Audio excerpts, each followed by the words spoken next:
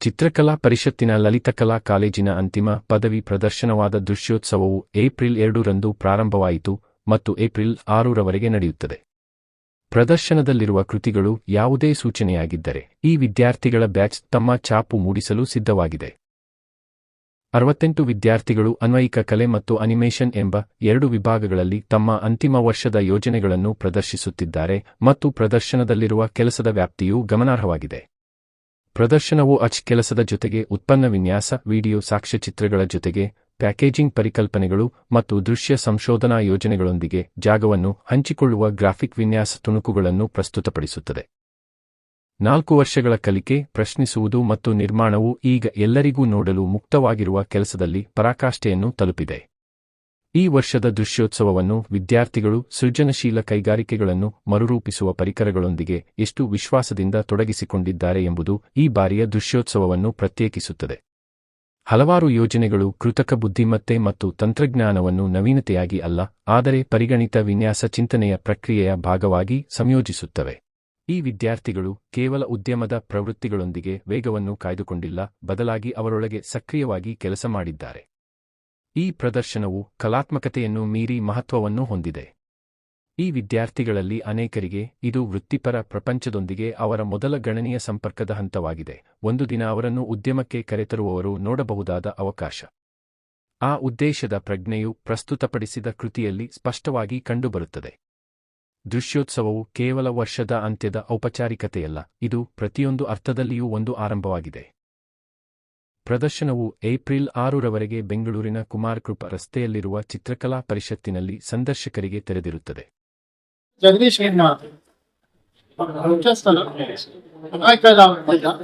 ಚಿತ್ರಕಲಾ ಮಹಾವಿದ್ಯಾಲಯ ಕರ್ನಾಟಕ ಚಿತ್ರಕಲಾ ದೃಶ್ಯೋತ್ಸವ 2026 ವಿದ್ಯಾರ್ಥಿಗಳಿಗೆ ಅವರು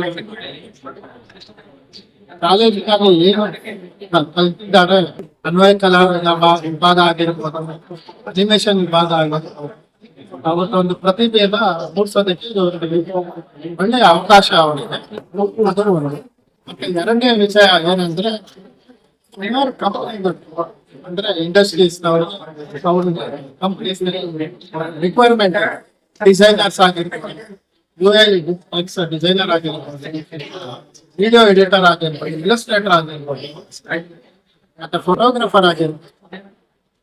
ಇದೊಂದು ಒಳ್ಳೆಯ ಅವಕಾಶ ವಿದ್ಯಾರ್ಥಿ ಅವರಿಗೆ. ಈ ದೃಶ್ಯೋತ್ಸವದಲ್ಲಿ ಪ್ರತಿಯೊಬ್ಬರು ಕೂಡ ಒಂದು ಪ್ರತಿಭೆಯಲ್ಲಿ ಒಂದೊಂದು ಪ್ರಾಜೆಕ್ಟ್ ಕೂಡ ತಗೊಂಡಿರ್ತೀನಿ. Graduation project ತಗೊಂಡಿರ್ತೀನಿ. ಅದು ಪ್ರಾಡಕ್ಟ್ ಆಗಿರ್ಬೋದು, ಸರ್ವಿಸ್ ಆಗಿರ್ಬೋದು, innovative ideas ಆಗಿರ್ಬೋದು. Dushyotsav is all dedicated to their showcase their immense talent and potential for the target audience. That's all I can talk about. And I request Subodh Patalek to have a few words. My name is Subodh, and I am there. I am student. I am channel. Secondary delete ಮಾಡ್ತಾ ಬಿಡಿ. Hello everyone, myself and I am the channel of final year of so please do visit our campus and please interact with our students and talk about their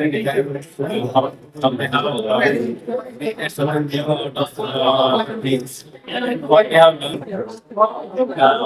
Thank you. My name is Vishal Manta. I come to Assam so I'm English name. So welcome to Sadhan. Sadhan means rice in Tamil. So we are promoting the traditional rice varieties of Tamil Nadu through sattvic based cooking. We want to take it as a program business and push it forward. So you can see there are 4 different rice varieties. This is spoon rice. So each of these rice varieties have their own specific health benefits. For example, some of these rices have a very low glycemic index, for which you can balance the flow of glucose full for the longer time. Whereas white rice is very instant, like it can create more carbs and sugar. So this is the traditional rice of Tamil Nadu. We are preparing a lot of rice bias so that this rice we can prepare very tasty. We can prepare idli, maybe on banana bias,